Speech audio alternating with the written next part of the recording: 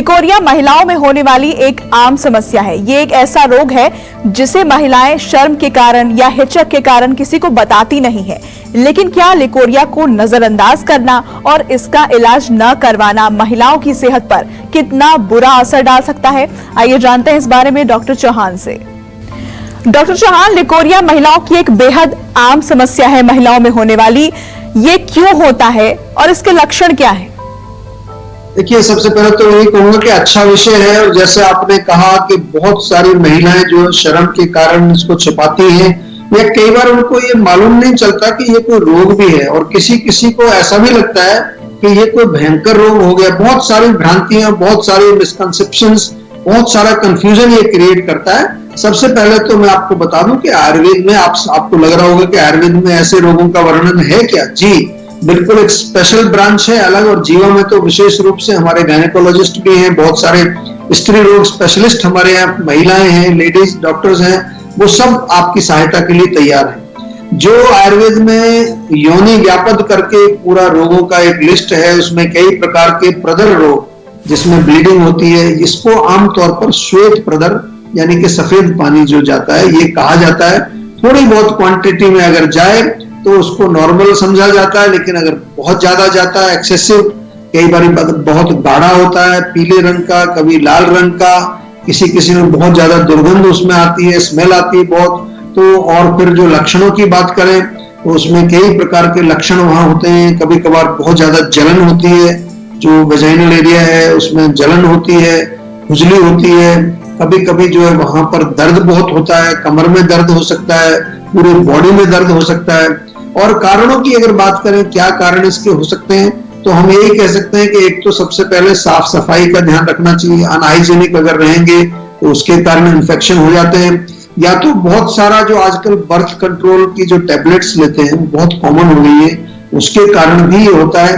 Excessive use of antibiotics या गर्म दवाइयों का सेवन करना, आयुर्वेद में इसका जो मेन कारण बताया है वो उष्ण वीर्य चीजें यानी कि गर्मी से पित्तवर्धक चीजें जो होती हैं, यानी कि बहुत ज्यादा गर्म चीजें, तीखा, मिर्ची, मसाले, आजकल अल्कोहल का सेवन भी महिलाएं करने लगी है, स्मोकिंग भी करने लगी, ये तमाम चीजें इसके कारण हो सकते हैं। एंड नॉट टू फॉरगेट अत्यधिक मानसिक तनाव, टेंशन, स्ट्रेस अगर बहुत ज्यादा हो रहा है उसके कारण भी हो सकता है। या कई बार जो यूट्रस है, गर्भाशय में किसी प्रकार का कोई विकार है, अंदर सूजन आ गई है, कोई ग्रोथ हो गई है, कोई ट्यूमर बन गया है, वो भी एक कारण होता है। बहुत ज्यादा टाइट जो है कपड़े पहनना, अंडरगारमेंट्स, और उसके ऊपर बहुत टाइट जो है जीन्स वगैरह ऐसी टाइट फिटिंग के क्लोथिंग पहनना, उससे क्या होगा? अगेन मैंने बोला हीट बढ़ जाती है, उस एरिया में पसीना आएगा, गर्मी होगी, अनहाइजीनिक है। या फिर किसी अन्य बीमारी के कारण भी हो सकता है, और प्रेगनेंसी में आमतौर पर कॉमन होता है। या किसी किसी को पीरियड से पहले 2-4 दिन जो है थोड़ा डिस्चार्ज होता है, उसको कॉमन मानते हैं, नॉर्मल। और कॉन्स्टिपेशन के कारण भी होता है, जिन लोगों को कब्ज होती है, पेट साफ नहीं होता, उनको भी हो सकता है। धनिये के बीज कैसे है फायदेमंद, संजीवनी टिप्स में जानेंगे डॉक्टर चौहान से अब से थोड़ी ही देर में। आप देखते रहिए संजीवनी। डॉक्टर चौहान, अगर लिकोरिया का ट्रीटमेंट नहीं कराया जाए तो इससे शरीर को क्या क्या दिक्कतें हो सकती है? अगर ये रोग बढ़ जाए तो क्या मुश्किल हो सकती है शरीर में? देखिए, बहुत अच्छा प्रश्न किया, क्योंकि बहुत सारे लोग समझते हैं ये नॉर्मल है, इसका कोई इलाज कराने की जरूरत नहीं है, लेकिन वो फिर आगे चल के भयानक रोग बन जाता है। सबसे पहले तो ये एक प्रकार का डिस्चार्ज है हमारे शरीर में। जब डिस्चार्ज होता है तो बहुत सारी हमारे शरीर की धातु जो है, हमारे शरीर की जो शक्ति है वो निकलती है, धातु क्षय होता है, कमजोरी आती है, इम्यूनिटी हमारी वीक होती है। और जब इम्यूनिटी कमजोर होती है तो आपको मालूम है कि और भी बीमारियां हमारे शरीर में आ सकती है। कमर दर्द, पैरों में दर्द, पूरे बॉडी में पेन, ये तो आमतौर पर लोग शिकायत करते हैं, महिलाएं शिकायत करती हैं। जो नाभि के नीचे वाला हिस्सा हमारा होता है, जिसको हम लोअर एब्डोमेन, पेड़ू उसको बोलते हैं, पेड़ू में दर्द होता है, शरीर में एक फीवरिश रहता है, जैसे हल्का सा बुखार हो गया है। इनफर्टिलिटी भी इसके कारण हो सकती है, यानी कि कंसेप्शन में प्रॉब्लम आ जाती है। बहुत सारे लोग कंसीव करने की कोशिश कर रहे होते हैं, उनको ये नहीं मालूम कि अगर व्हाइट डिस्चार्ज बहुत ज्यादा हो रहा है तो कंसेप्शन नहीं होता। या फिर जो यूट्रस है, गर्भाशय जो है, वहां पर अगर रेगुलर आपको डिस्चार्ज हो रहा है, यानी कि इन्फेक्शन की कंडीशन बनी हुई है, तो फिर डेफिनेटली वहां स्वेलिंग आ सकती है, कोई और वहां पर कोई ग्रोथ हो सकती है, कोई फाइब्रॉइड बन सकता है, सिस्ट बन सकता है, कई चीजें वहां इसके कारण बन सकती हैं। और जो सेक्सुअली ट्रांसमिटेड डिजीजेज होती हैं, काफी सीरियस बीमारियां होती हैं, वो भी जो है पॉसिबल है कि जब आपके वहां ऑलरेडी एक एबनॉर्मल कंडीशन बनी है तो it can attract more bacteria, virus वगैरह वहां पर उस जगह पर आने के चांसेस रहते हैं। तो इसलिए लाइटली नहीं लेना है, लेकिन घबराना भी नहीं है।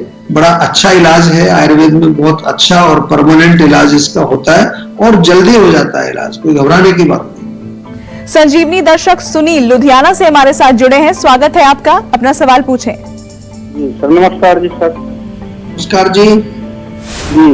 लुधियाना से हमारी एज सर 40 साल है जी। हमें 5 से 7 बार मोशन जाना पड़ता है। अच्छा, पेट में मीठा मीठा दर्द होता है जी। और खाने के बाद भी जाना पड़ता है, नहीं खाते तो भी जाना पड़ता है, थोड़ा थोड़ा होता है।